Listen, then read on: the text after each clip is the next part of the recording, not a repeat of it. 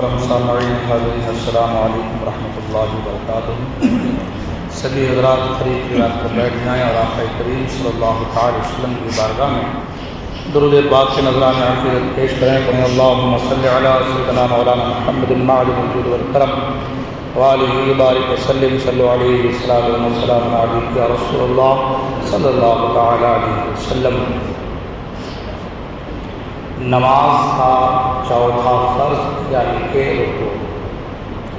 رکوع یعنی اتنا جھکنا کہ ہاتھ بڑھائے تو ہاتھ گھٹنے کو پہنچ جائے، یہ رکوع کا ادنیٰ درجہ ہے۔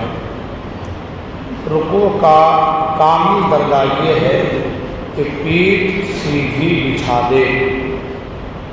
رکوع ہمارے نبی صلی اللہ علیہ وسلم اور آپ کی امت مرحومہ کے خصائص میں سے ہے کہ بعد اسراء معراج عطا ہوا، بلکہ معراج کی صبح کو جو پہلی نماز ظہر پڑھی گئی تب تک رکوع نہ تھا۔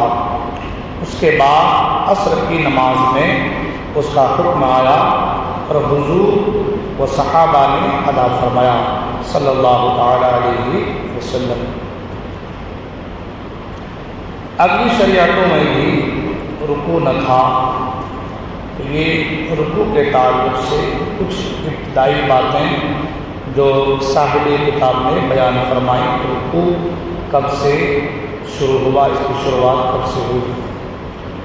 رکوع نماز کا چوتھا فرض ہے، اور نماز میں جو چیزیں فرض ہیں ان کو جان بوجھ کر یا بھول کر کسی بھی طریقے سے چھوڑنا منع ہے۔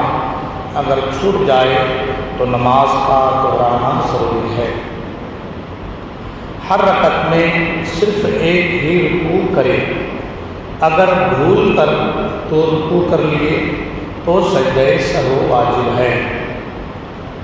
مسئلہ یہ ہے کہ رکوع میں کم سے کم ایک مرتبہ سبحان اللہ کہنے کے وقت کی مقدار تک ٹھہرنا واجب ہے، یعنی رکوع میں کم سے کم اتنی دیر رہنا ہے جتنی دیر میں آدمی ایک مرتبہ سبحان اللہ کہہ لے۔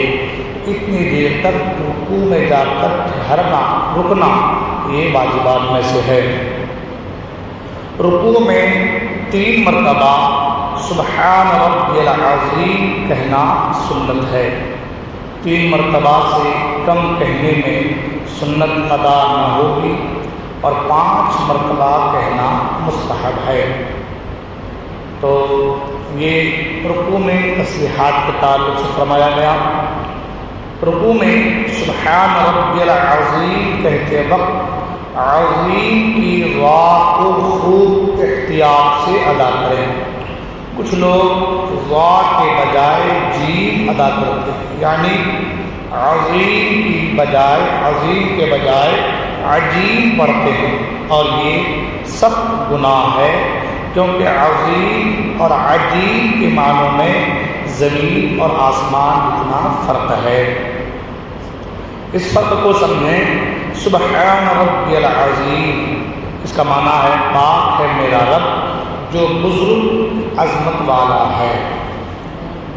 تو عظیم کے معنی جو ذات سے ہیں، عظیم کے معنی بڑا، بزرگ، کلام، عظمت والا وغیرہ ہوتے ہیں، اور عظیم کا جو معنی ہوتا ہے اس کا معنی ہوتا ہے گنگا۔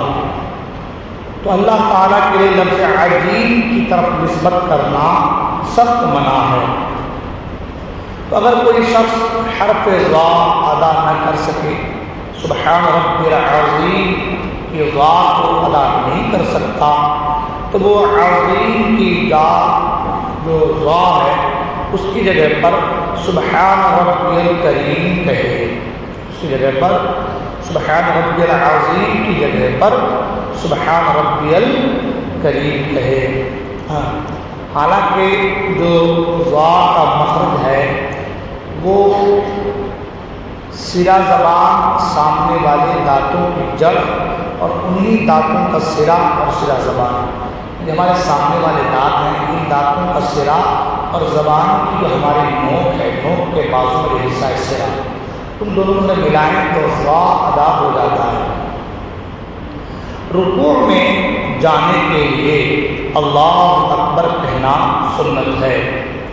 مردوں کے لیے سنت ہے کہ رکوع میں گھٹنوں کو ہاتھ سے پکڑیں اور ہاتھ کی انگلیاں خوب کھلی رکھیں۔ جب گھٹنے کو پکڑیں گے تو ظاہر سی بات ہے انگلیاں ہماری کھلی رہیں گی۔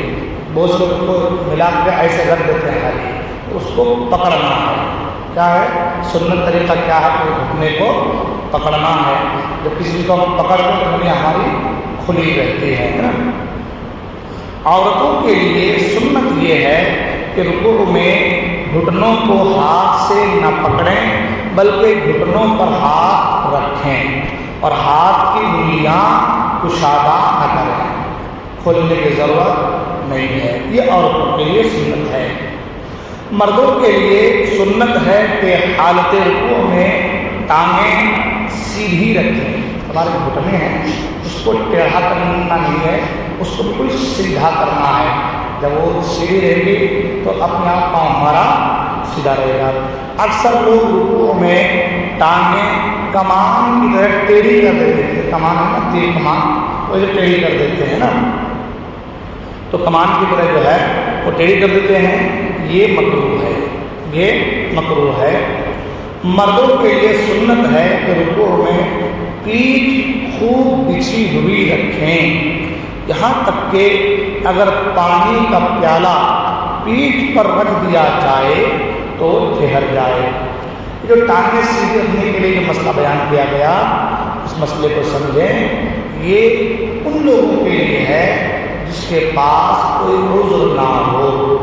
بہت سے لوگ ایسے ہیں بڑھاپے کی وجہ سے ٹانگیں سیدھی نہیں ہو پاتی ہیں، ہے نا، وہ خوب سیدھی کرنے کے لیے جائیں تو ان کا جو درد ہے اور بڑھ جائے، بیمار ہونے کا اندیشہ ہے، تو ایسے لوگ جو کہ عذر میں ہوتے ہیں تو عذر کی وجہ سے ان کے لیے معافی ہے۔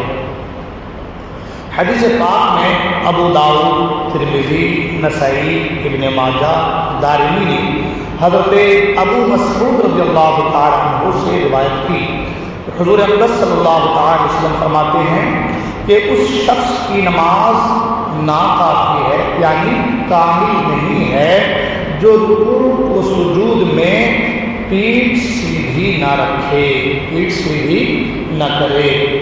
اس حدیث پاک سے پتہ چلا کہ رکوع میں جو ہے پیٹھ بالکل سیدھی رکھنی ہے۔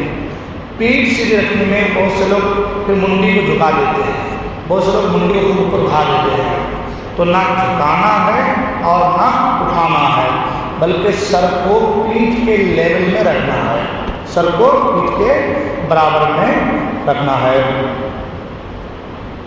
ہاں دیکھیے وہی مسئلہ بھی آگے، مردوں کے لیے سنت ہے کہ رکوع میں سر نہ جھکائے اور نہ اونچا رکھے بلکہ پیٹھ کے برابر ہو۔